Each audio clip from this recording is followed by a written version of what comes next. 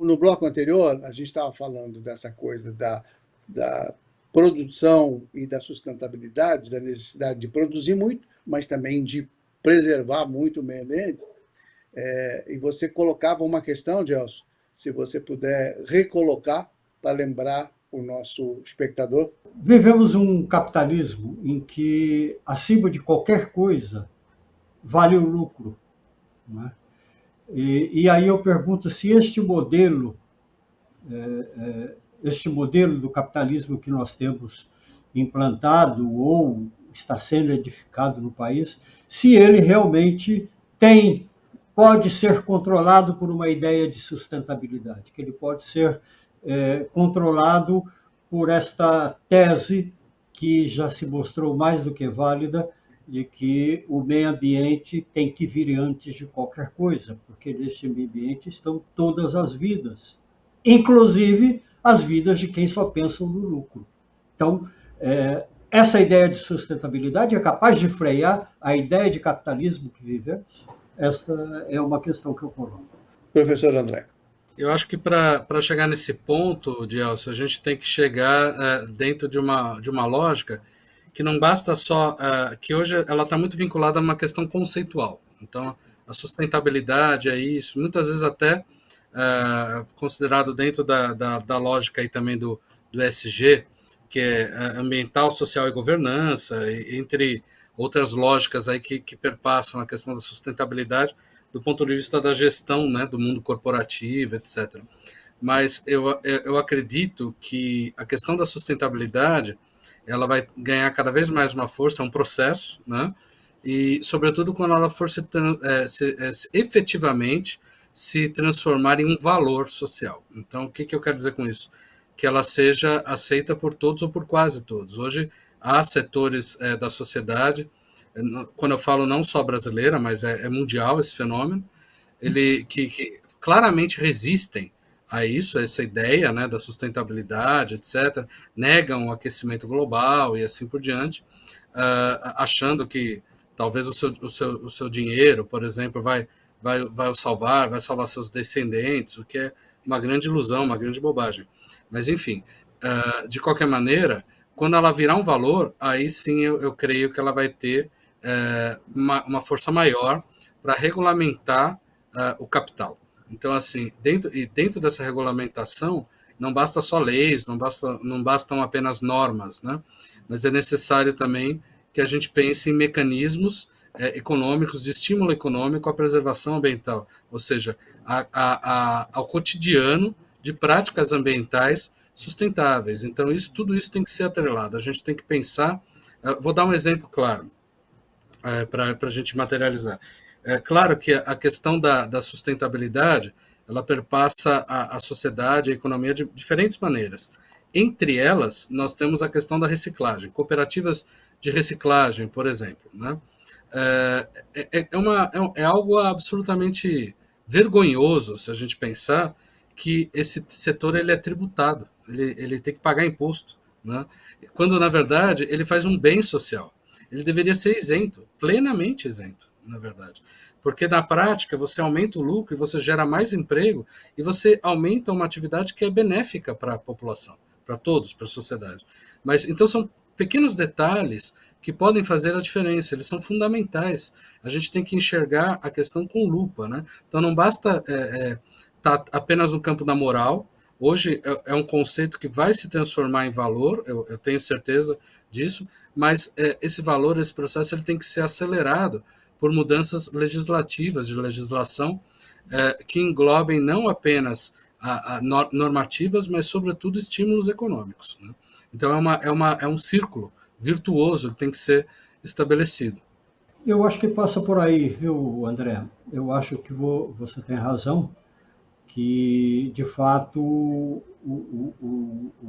quando se tornar um valor, a minha questão, que eu continuo refletindo, se o tempo para tornar um valor e alterar vai ser um tempo capaz de, digamos, de controlar problemas muito mais graves que todos nós sabemos que virão pela frente. né? E isso exigiria governos comprometidos com isso, o que a gente está vendo no mundo que não tem.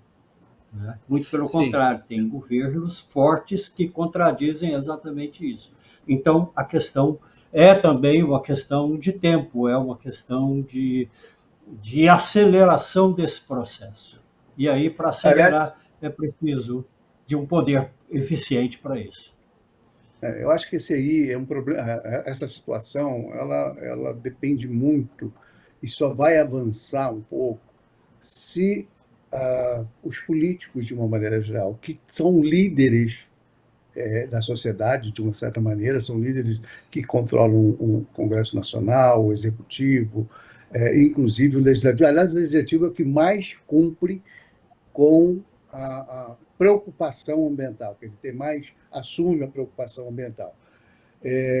Mas isso é super importante, Gelson, na medida que se não houver esse compromisso, nós estamos vendo aí o que está acontecendo com o clima no mundo inteiro, no Brasil inclusive, com enchentes, com secas, com queimadas, com desmatamento, o que isso está provocando de alteração. E é óbvio que não muito longe daqui, a gente vai ter consequências graves na produção, na questão econômica. Né? Porque hoje, assim, de uma maneira geral, professor André, as pessoas aqui dizem, não, peraí, nós preservamos 60% do nosso território, os outros é que precisam cuidar agora, nós temos que continuar produzindo, aumentar a nossa produção, e, ao mesmo tempo em que defendem a questão da preservação por conta da questão econômica, da questão comercial, da exportação das commodities, etc., ao mesmo tempo que falam dessa importância, defendem também, por exemplo, o fim da moratória da soja, que permitiria, em tese, que plantasse soja em área desmatada depois de 88. Enfim, tem uma série de situações que você tem um discurso que é predatório, ambientalmente falando, e, ao mesmo tempo, uma prática que é predatória, porque as queimadas continuam acontecendo, o desmatamento continua acontecendo, né? Ao mesmo tempo em que defendem, por exemplo, o Código Florestal Brasileiro, que é extremamente rigoroso, se não imagino, o mais rigoroso do planeta, porque realmente o nosso Código Florestal ele priorizou a questão da preservação, de tal modo que, na legislação ambiental, você tem um princípio de que deve prevalecer qualquer legislação mais benéfica para a natureza, sempre, em qualquer circunstância. Né? Então, é um princípio que se adotou e tem isso internalizado aí na jurisprudência brasileira. Mas esse conflito de interesse, quer dizer, o discurso que não é de sustentabilidade de um lado, a prática que não é, e ao mesmo tempo um discurso de não, mas nós preservamos, nós temos que preservar. Eu acho que essa consciência, eu acho que as perdas econômicas ainda não aconteceram, em que pese toda a dificuldade que a gente tem em relação à questão climática. Eu acho que a hora que essas perdas acontecerem e não tiver mais governo para bancar, subsidiar as perdas, para financiar, olha, perdeu, nós vamos devolver esse dinheiro para vocês. Quando isso não acontecer mais, talvez, então, a sustentabilidade passe a ser uma palavra de ordem prática. Né? Prática. Estou errado, professor? eu acho que são várias pontas. Acho que isso que você falou é assim mesmo. Eu acho que passa por isso. Mas eu acredito que tem, como o Gelson falou, na verdade, acho que a palavra aí é uma questão de urgência, né? Então, assim, será que vai dar tempo, em resumo, vai dar tempo de fazer tudo isso, de virar um valor, né, como o Mauro acabou apontando agora também, ou a espécie vai sucumbir antes, né? É mais ou menos isso. Mas eu acredito que nós estamos dentro de um processo rápido dessa tomada de consciência. Agora, claro que ela é nichada, né? O que eu quero dizer? Alguns setores da população estão ampliando essa consciência, mas há uma série de setores que não, né? Sobretudo pessoas que acabam votando, né, em governos que têm essas concepções exatamente contrárias e que repudiam esse tipo de necessidade, né, ou seja, a sustentabilidade. Então nós temos aí um desafio enorme que passa por vários fatores: regulação, a questão econômica, a questão educacional, né?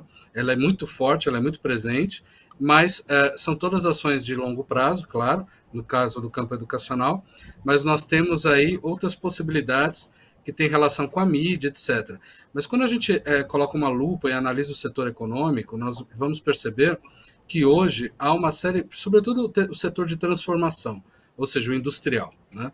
Então a gente vai perceber que há uma série de empresas, né, que estão efetivamente adotando políticas e práticas, sobretudo práticas ESG, sustentáveis, etc., mas há ainda empresas que não estão fazendo isso na prática, dizem que fazem, é discurso, mas a prática, infelizmente, ela não acompanha esse discurso, e elas estão fadadas, nos próximos anos, a desaparecer, se elas não perceberem que elas efetivamente têm que mudar a essência das suas práticas. Quando a gente vai para o setor do campo, vamos dizer assim, que também tem transformação, né, claro, mas sobretudo tem produção de matéria-prima, o agrícola e o pecuarista, a gente tem produtores que têm levado isso em consideração, também um processo, mas que precisam efetivamente entender que é uma questão de futuro.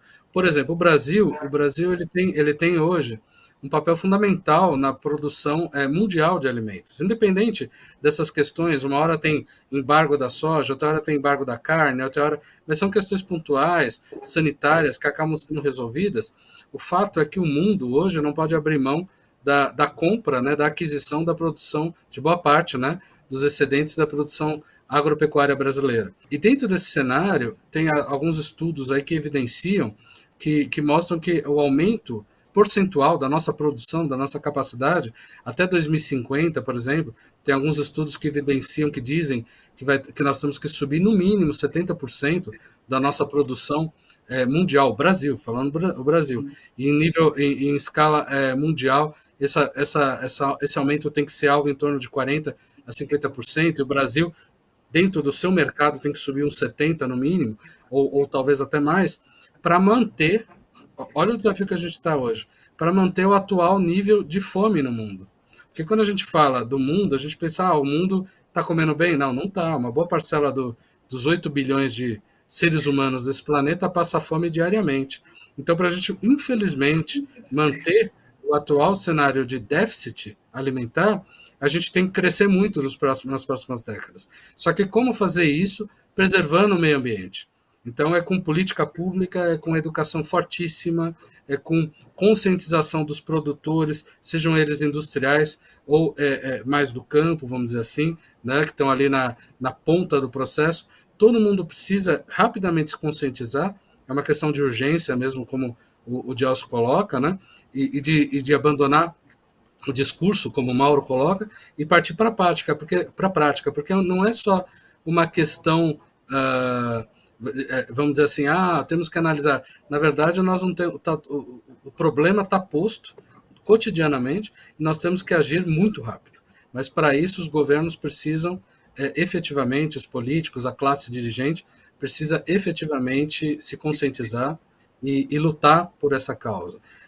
Porque eu creio que não tem mais espaço para o aumento dessa deterioração mundial, né? Nós temos que realmente espaço nem tempo, né, professor? O Gelson tocou num ponto que é crucial. Mas nós precisamos sair dessa fase de farinha é pouco, meu pirão primeiro, né? Enquanto as pessoas que comandam a economia, que comandam a política, tiverem com essa visão, não, tudo bem, mas acontece com o outro, não acontece comigo. Essa visão é uma visão extremamente prejudicial que nos leva a essa situação caótica, né? Olha, eu vou ter que pedir um outro intervalinho e a gente já volta com mais de uma fala do ministro Flávio Dino, dentro exatamente disso que a gente está conversando.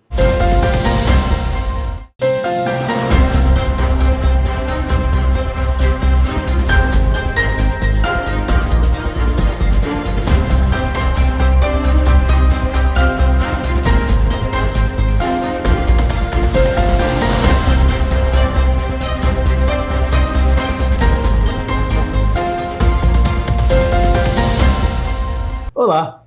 Nossa República desta semana é um programa especialmente preparado para vocês, trazendo à luz discussões sobre meio ambiente e sustentabilidade no contexto da celebração dos 35 anos da Constituição Estadual de Mato Grosso. Vamos explorar nesse programa as falas recentes do ministro do STF, Flávio Dino, sobre esses temas fundamentais. Para isso, contamos mais uma vez com a presença do jornalista Gelcio Moreira e do nosso convidado, o professor André Chaves de Melo e Silva. Professor Gelcio, professor André, sejam muito bem-vindos ao Nossa República. Gelcio, meu companheiro, sua fala inicial aí. Mauro, André, sempre um prazer, uma alegria estar aqui com vocês, participar dessa discussão. Dessa discussão hoje, inclusive, com a fala do ministro Flávio Dino, que é uma fala fundamental para a natureza, para o meio ambiente, mas eu diria que é fundamental para todas as vidas, para a totalidade das vidas, não é? Porque sem o meio ambiente, sem a natureza à nossa volta, nós praticamente deixamos de existir. Então, essa é uma discussão que eu acho de extrema importância e me sinto muito feliz de estar aqui participando. E quero dizer para você que eu estou também curioso de ouvir sua opinião, curioso de ouvir a opinião do André, que é professor da área de jornalismo do meio ambiente e que tem um trabalho extenso nesse campo. Enfim, é um grande prazer, irmão. André, sua... Boa tarde, Mauro. Boa tarde, Gelcio. Obrigado pelo convite. Enorme prazer estar contigo aqui, com o Gelcio, para a gente discutir um tema tão importante, tão relevante, como o Gelcio falou, não se trata mais de algo tão distante assim, quanto era até pouco tempo, mas algo que está aí candente no dia a dia, né? Invadindo a situação cotidianamente, o excesso de calor e outros problemas que estão bastante visíveis. Então, é um enorme prazer que a gente disposta a fazer essa discussão hoje dentro de um tema tão atual. Eu acho que vocês fizeram duas considerações importantes no começo sobre a importância de se falar de meio ambiente e sustentabilidade e da relevância de se ouvir uma palavra de um ministro do Supremo sobre esse tema, que é tão polêmico e pelo qual o próprio Supremo é muito pressionado por setores da sociedade, sobretudo pela área do agro, por ter um entendimento mais rigoroso em relação à preservação ambiental. Eu vou pedir, Adiel, para você rodar aí um primeiro trecho da fala do ministro Flávio Dino. Amazônia e Pantanal são problemas nacionais, dos mais graves do país, dos mais relevantes. E é preciso reafirmar isso porque as desigualdades regionais no nosso imenso e glorioso país fazem com que, às vezes, essas realidades fiquem ocultas. São questões nacionais e, portanto, problema de todos os brasileiros e brasileiras. A segunda observação, falar de Amazônia e Pantanal não é falar de uma coisa só. Não é falar de um pedaço do Brasil que é igual em si mesmo. E aqui, é verdade, tem rio, tem floresta, tem terra indígena, que bom. Mas nós temos cidades, metrópoles, nós temos fronteiras, nós temos produção agrícola que é estratégica para o país. Por isso, falar em Amazônia e Pantanal não é falar de uma única ordem jurídica que possa ser elaborada e aplicada sem levar em conta uma regra que é da equidade, garantir que as leis sejam aplicadas segundo uma máxima délfica que estava no teatro de Apolo, que diz assim: nada em excesso. Ou, na versão bíblica, São Paulo dizendo: nem tudo que é permitido me convém. Ou seja, é preciso ter prudência, dosimetria, ou como nós juristas chamamos, proporcionalidade. Quando nós estamos diante de quadros complexos, é preciso ter essa prudência, que nós chamamos de proporcionalidade, para evitar o excesso que infirma, inclusive, as boas intenções. Por isso, nós precisamos ter a capacidade de ir resolvendo os problemas. Eu acho que essa fala inicial do ministro, esse começo, principalmente o começo da fala dele, né, que ele destaca que Amazônia e Pantanal são problemas nacionais, não é um problema localizado, não é só aqui no Nortão de Mato Grosso, ou aqui no Pantanal de Mato Grosso, que nós temos que nos ocupar. O Brasil inteiro precisa se preocupar com essas... Como, aliás, o mundo inteiro se preocupa. O mundo inteiro se manifesta e pressiona no sentido da preservação. Mas, na outra ponta, ele fala uma outra coisa que eu acho que também é muito importante, que é reconhecer, no caso de Mato Grosso, que aqui, além de ter floresta, de ter o Pantanal, de ter o Cerrado, de ter nações indígenas, de ter fronteiras, tem uma imensa produção agrícola que é, nas palavras do próprio ministro, estratégica para o país. Então é preciso equidade, preciso equilíbrio nessa relação. Gelson. Bom, primeiro esse equilíbrio, que é talvez o maior desafio que o estado de Mato Grosso precisa enfrentar, né? O excesso de desmatamento, o excesso de invasão às margens dos rios, a proximidade da cultura do Pantanal, que é já um fato conhecido e já discutido, este excesso, né, a produção agrícola em Mato Grosso ela é fundamental para o país, né, mas é preciso considerar também que essa fala do ministro tem a sua relevância exatamente porque é necessário que tudo seja conduzido com um certo equilíbrio, né?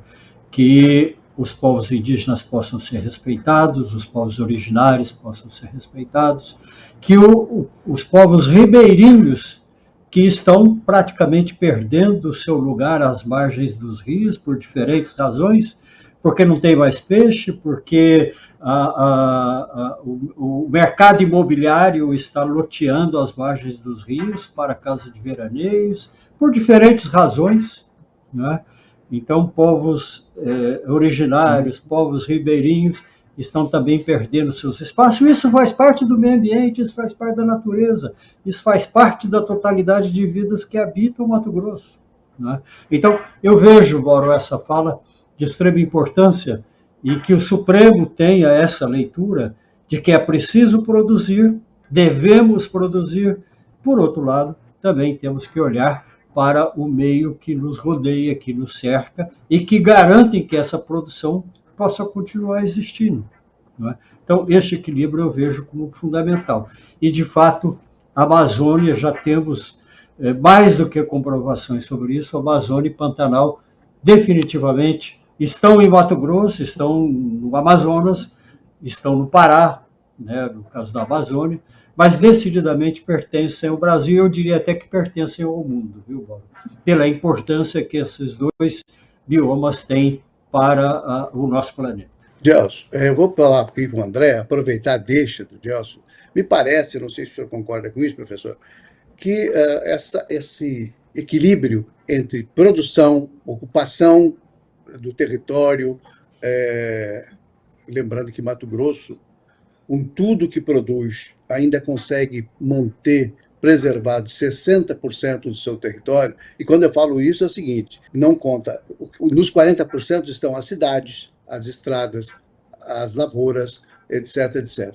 Então nós temos 60% de cerrado e de floresta preservado, o que é um grande ativo, na minha opinião, e que precisa ser efetivamente mantido, né, por políticas públicas, pelo governo, pelo compromisso, pelos próprios produtores, né, principalmente para aqueles que dependem da terra e dependem do regime da chuva. Mas eu ia afirmar que esse equilíbrio a que o Gelson se referiu dá-se o nome de sustentabilidade. O senhor concorda com isso? Produtividade agrícola e pecuária, somada à estabilização, vamos dizer assim, ou uma recuperação do meio ambiente, ela é fundamental.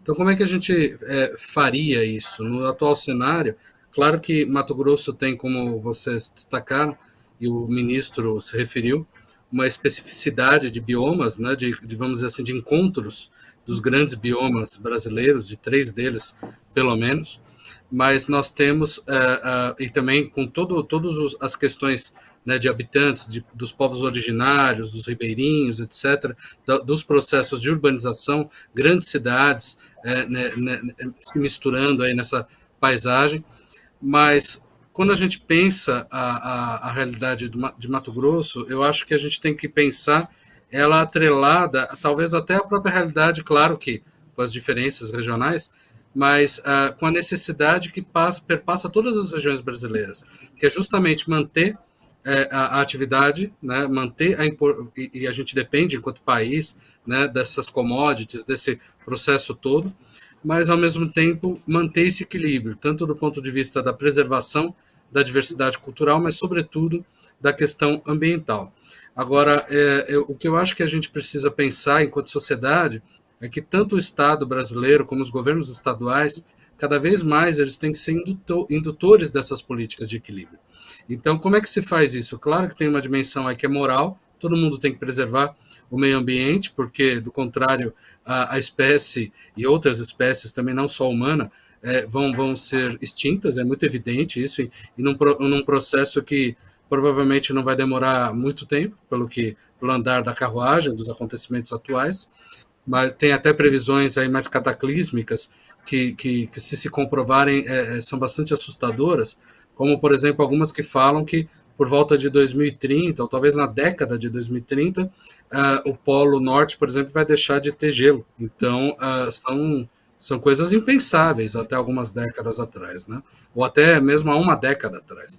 Então, para a gente pensar essa preservação, o Estado, tanto o federal, né, o Estado, a gente fala no Brasil, mas como os estaduais, os governos estaduais têm que buscar políticas de indução para essa preservação. Então, por exemplo, recuperação de áreas degradadas e colocar elas de volta no rol do desenvolvimento produtivo. E como é que se faz essa recuperação? Tem tecnologia, tem recursos para isso, mas também recuperação de matas ciliares, ou seja, beira de rio e assim por diante. Então, para fazer isso, tem que pensar até tributariamente, talvez isenção de impostos, empréstimos de longuíssimo prazo com juros baixos para estimular os produtores a fazerem isso, enfim, é necessário rever todo esse cenário, porque a gente pensar em mera preservação sem levar em conta a dimensão econômica acaba sendo algo um pouquinho, de certa maneira, até inocente. Sobre a importância da questão econômica. Este modelo adotado no Brasil de capitalismo praticamente que avança sobre as questões mais humanas, mais óbvias, mais sensíveis, né?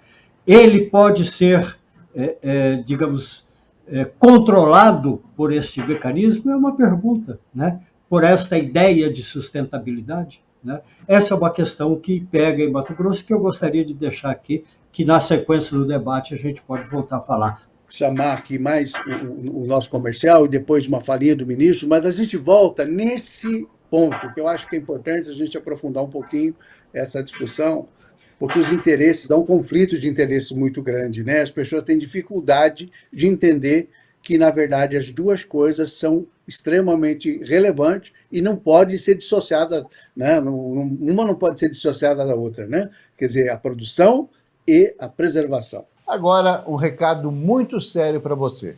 O governo de Mato Grosso adotou tolerância zero contra facções criminosas. E para reforçar essa luta, acaba de lançar o Disque Extorsão, um canal de denúncia sigiloso e seguro.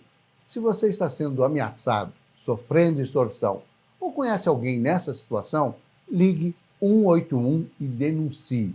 Eu vou repetir para você anotar. Disque Extorsão 181. Sua identidade será preservada. Então, pode ligar sem medo. O crime organizado só cresce quando ninguém denuncia. Mas agora você tem uma ferramenta direta para combater isso. Além do telefone, você também pode acessar o site da Secretaria de Segurança Pública, cesp.mt.gov.br, e denunciar em total segurança. Não fique calado. Sua denúncia pode salvar vidas e impedir que o crime avance na sua cidade, no seu bairro. O governo de Mato Grosso está do seu lado nessa luta. Ligue 181 e denuncie. Não saia daí, que eu volto num instante só. Nossa República está de volta e essa semana tratando de um programa muito especial com participação dos professores Gelson Moreira e André, lá da USP. Nós estamos tratando sobre um discurso feito pelo ministro Flávio Dino sobre sustentabilidade e meio ambiente.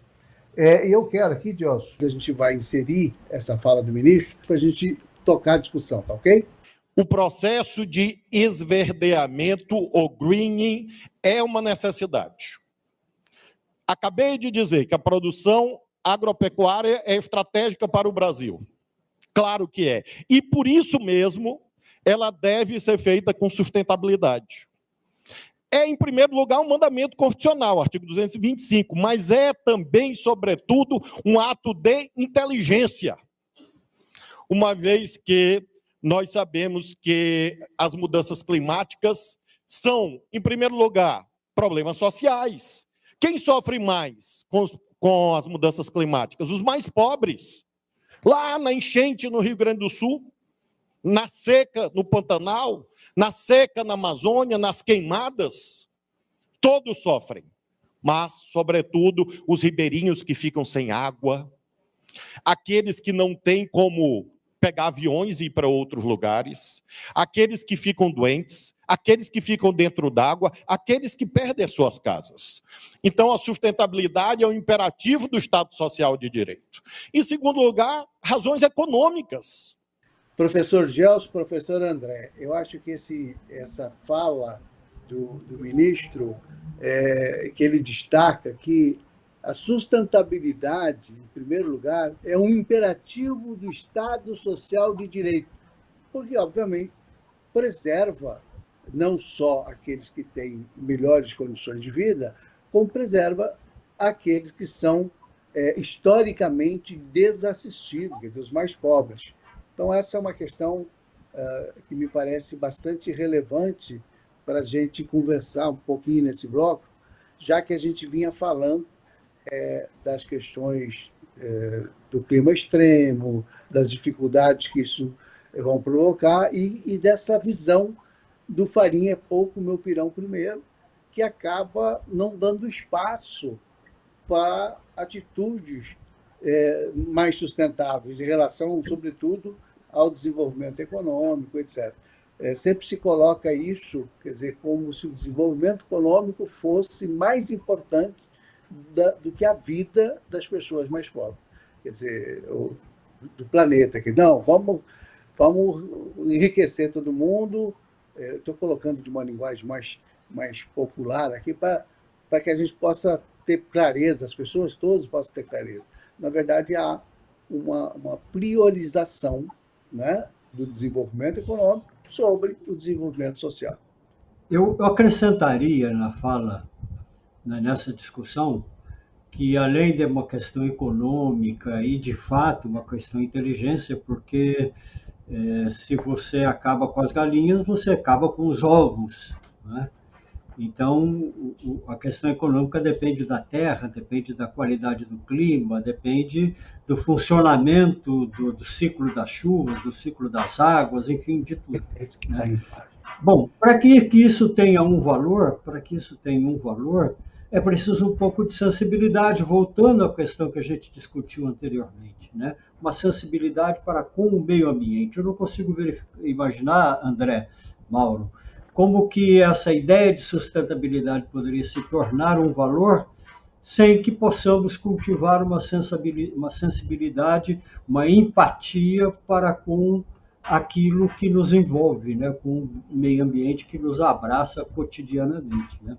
Então, quando se pensa só economicamente, essa questão fica no segundo, terceiro, quarto plano, se é que existe algum plano para isso, né?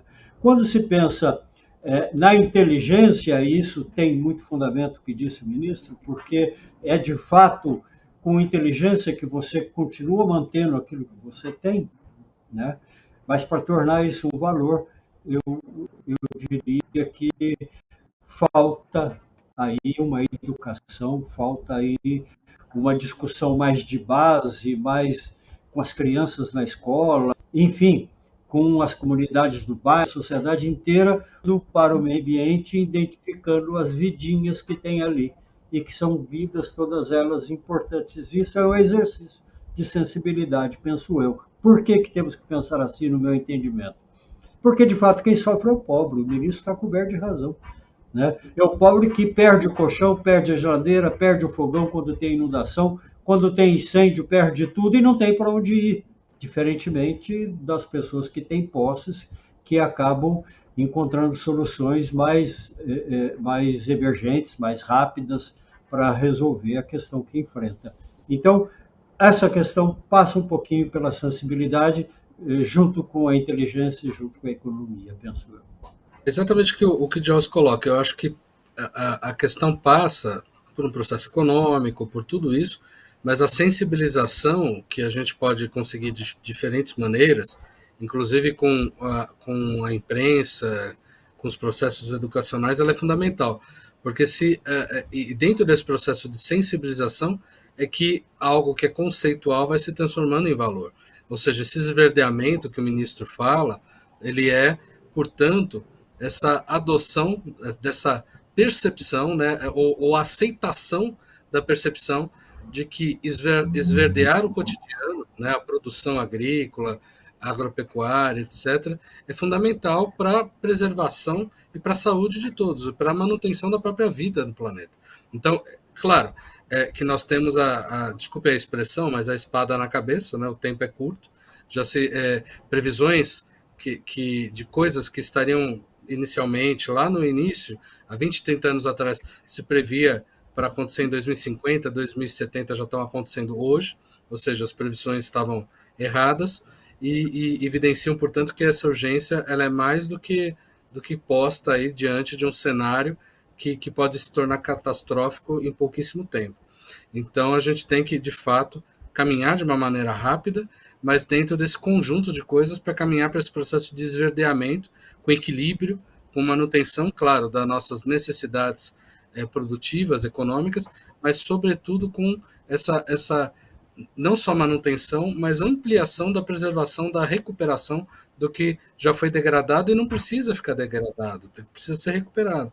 Eu acho que nós temos que olhar, inclusive, também, enquanto país, para alguns exemplos interessantes, como, por exemplo, a China. A China, que é um país que a gente sabe que até pouquíssimo tempo atrás tinha seríssimos problemas, ainda tem, claro, mas de poluição em diversos grandes centros urbanos, e tem conseguido implementar processos enfim, manutenção e de recuperação de áreas degradadas numa velocidade muito grande. Claro que lá nós temos uma diferença grande, que é o regime político, né? Então, é a força lá do Partido Comunista, etc., né, do governo extremamente centralizado, dizendo agora é assim. E claro que a democracia, ela infelizmente ou felizmente, claro, ela tem o processo mais lento, decisório, etc. Ou seja, infelizmente porque a gente tem urgência na questão ambiental, mas, por outro lado, a saúde da democracia vem justamente desse processo, né, de convencimento, de adequação, enfim, de encontrar consensos, né, é isso que dá saúde para o regime democrático. Então, mas mesmo assim, a gente tem que, de qualquer maneira, buscar encontrar caminhos que preservem esse lado, ou seja, o regime democrático, mas ao mesmo tempo que a gente consiga adquirir uma velocidade maior, não só na discussão de ideias, mas sobretudo na criação de políticas, de instrumentos práticos e na execução dos objetivos atrás desses instrumentos práticos, né? Acho que esse é o grande desafio. Professor, eu acho que essa questão, quer dizer, a gente se coloca, quando a gente enxerga, olha para isso desse jeito, quer dizer, mostrando que tem caminho, tem solução, tem um caminhar que depende de comprometimento, de vontade política, independente do exemplo que se vá buscar, né? Eu concordo, em gênero, número e grau, que democracia é fundamental, porque tem uma liberdade que é essencial para o ser humano, até porque você perde a identidade se você não tiver liberdade, né? Então, é muito ruim. Mas é preciso mais energia, é preciso mais rigor no que diz respeito àquilo que é uma questão de vida ou morte. Olha, eu vou pegar um exemplo que dói muito na minha alma falar sobre isso, porque eu tenho muito orgulho de Mato Grosso. Mato Grosso é um estado maravilhoso, produtivo, que tem belezas incomparáveis. Enfim, tem uma série de questões que são extremamente positivas se comparado a qualquer outro estado do país, né? Mas também tem coisas que são vergonhosas, que é justamente por conta desse conceito de se preocupar mais com aquilo que nós temos, quer dizer, meu pirão primeiro, vou cuidar disso, porque ou de priorizar o desenvolvimento econômico em detrimento do desenvolvimento social, quer dizer, há uma falta de equilíbrio nisso, que é o caso, por exemplo, da hanseníase. Mato Grosso, professor, em que pese ser campeão nacional de produção de grãos e fibras, de ser um estado que preserva 60% do seu território, de ter uma série de qualificadoras aí que colocam o Mato Grosso num patamar que está bem acima da maioria dos estados brasileiros. Mato Grosso é campeão nacional de hanseníase.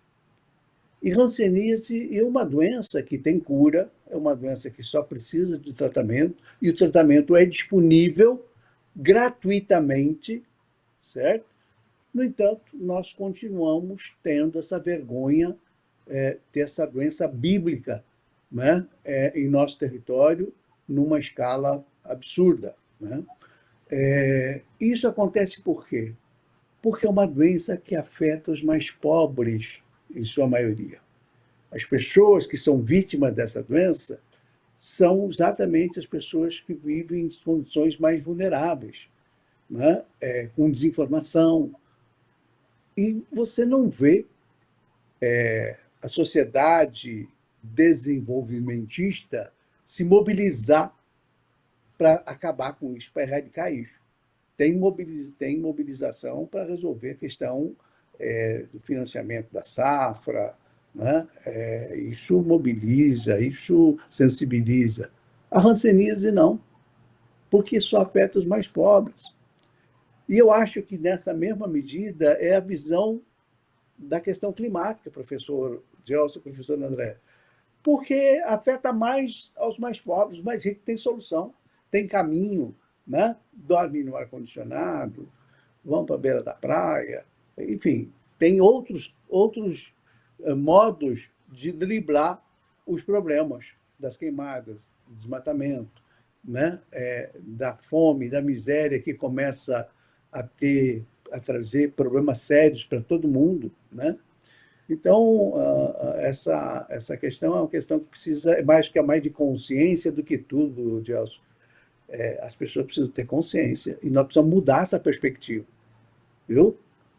Não é seguir o exemplo chinês ou esse ou aquilo, não é um problema ideológico, é um problema racional, é um problema de inteligência, é um problema de sobrevivência, né? Se a gente não encarar dessa forma, nós vamos, em pouquíssimo tempo, já se fala, já disse em estudos, Gelson, que Cuiabá, nossa querida Cuiabá, em no máximo 50 anos, vai ser uma cidade inabitável por conta dos excessos do clima, né? Do calor extremo, da secura extrema, etc. Dá para imaginar uma coisa dessa? E não dá para duvidar, porque nós estamos vendo o que está acontecendo com o planeta. Estamos vendo o que está acontecendo com o Mato Grosso, com o Brasil, em seus diversos estados, né? Toda vez que o clima se manifesta de forma extrema, nós estamos vendo situações bem catastróficas, né? Vamos em frente? Vamos conversar um pouquinho mais sobre a fala do ministro para a gente encerrar aí. Eu queria só lembrar aos quem está nos assistindo, né? Quem está nos assistindo, que essa fala do ministro aconteceu lá em novembro do ano passado, numa solenidade na Assembleia Legislativa de Mato Grosso, uma solenidade importante, que marcou os 35 anos da promulgação da Constituição do Estado de Mato Grosso. Uma data significativa, né? Porque depois da Constituição de 88, em 89, nós tivemos aí a promulgação das Constituições de todos os estados, e a de Mato Grosso, inclusive, e ela é extremamente relevante porque toda a sociedade naquela época estava muito envolvida, discutindo todos os temas, enfim, o que pese hoje a gente tenha muitas alterações constitucionais, tanto pelo Legislativo como por iniciativa de propositura aí do Executivo, ajustando, é natural que existem ajustes, né? Mas é importante lembrar que essa coisa do Estado Democrático de Direito se dá em razão da Constituição, é o que o povo brasileiro escolheu, né? E a gente precisa continuar pensando nisso, tanto sob o ponto de vista do meio ambiente, do desenvolvimento, como do ponto de vista político, né? Ideologia é importante, mas é individual, e a gente precisa preservar aí a racionalidade e a inteligência. A gente está caminhando já para o final, algumas falas ficaram de fora, professor Gelson, professor André, e eu queria as considerações finais de cada um sobre essa conversa, sobre esse debate. A gente, com certeza, vai voltar a falar mais, a nos encontrar mais vezes, porque eu acho que esse é um papo mensal que está rendendo uma conversa mais aprofundada. A gente vai ajustando aí no andar da carruagem, vai melhorando o formato, né? Mas tenho certeza que alguma contribuição essa discussão dá para quem nos assiste. Professor Gelson, vamos começar com... Eu comecei a abrir o programa com você, vamos começar com o André aí no encerramento, depois vamos para você fechar aí, tá bom? Professor André. Então, eu acho que fica nesse debate a importância nas falas do ministro, dessa questão da sustentabilidade como um valor e, portanto, da evolução da sociedade para uma sociedade que cultive o esverdeamento, né, do seu cotidiano, ou seja, a preservação ambiental atrelada ao equilíbrio, como o próprio ministro coloca no início ali da sua fala na Assembleia. Então, é necessário manter o equilíbrio entre produção e manutenção da vida. Então, acho que nós estamos diante aí de uma urgência, que é justamente isso, é buscar o equilíbrio, porque como o Mauro agora acabou de destacar, nós temos previsões aí que se comprovarem, nas próximas décadas elas vão colocar a sociedade humana em xeque.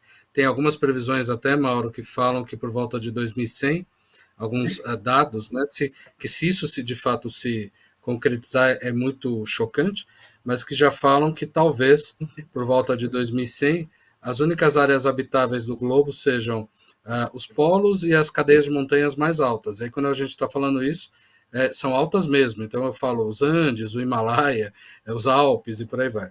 Então, como é que em 80 anos a gente vai lidar com algo em torno de 8 bilhões, ou talvez um pouco menos, não sei, ou um pouco mais, de habitantes em regiões tão ínfimas, né, comparado ao tamanho atual do globo. Então, nós temos, de fato, que mais do que pensar, os dados já estão aí, nós temos que agir com urgência para a preservação da vida humana nesse planeta aqui, da nossa própria existência. Professor Gelson Moreira. Então, eu estava aqui pensando que as nossas cabeças não são uma caixa d'água que você abre a torneira e enche, né? O desafio da conscientização não ocorre se não tiver a participação efetiva da pessoa, né? Ela tem que exercer esse processo, ser o sujeito desse processo, né? E aí isso se dá nós sabemos que nós estamos muito distantes de quantitativo e talvez até com qualidade educacional para que isso possa ganhar rapidez e agilidade. Talvez esse seja um desafio tão extraordinário e rápido e talvez necessário para se alcançar esse valor de sustentabilidade ou essa conscientização que tanto falamos aqui e que todo mundo fala, preciso se conscientizar. Mas isso não se impõe, isso não se faz por decreto ou por lei, né? Isso é interior de cada um, a pessoa constrói essa consciência dela, né? E a sociedade tem que ajudá-la nesse sentido, penso eu. É um desafio que nos provoca, que provoca educadores, e deveria provocar políticos, deveria provocar juízes, enfim, toda a sociedade, todo o poder, todos os dirigentes, né, para que, de fato, a sociedade pudesse participar efetivamente. E aí, concordo que sem democracia isso se torna mais difícil. O imposto, né, se isso for de alguma forma imposto, então as coisas ficam um pouco mais complicadas. E a democracia não, ela permite que você construa essa conscientização, que o sujeito seja um partícipe desse processo, não é? E não alguém que meramente recebe alguma coisa, mas que não se sente sujeito daquilo, pertencente àquilo, né? Esta imposição, não sei se tem resultados a curto e longo prazo. Agora, educação e participação efetiva e trocas, essa sim, me parece que tem resultados mais efetivos, né?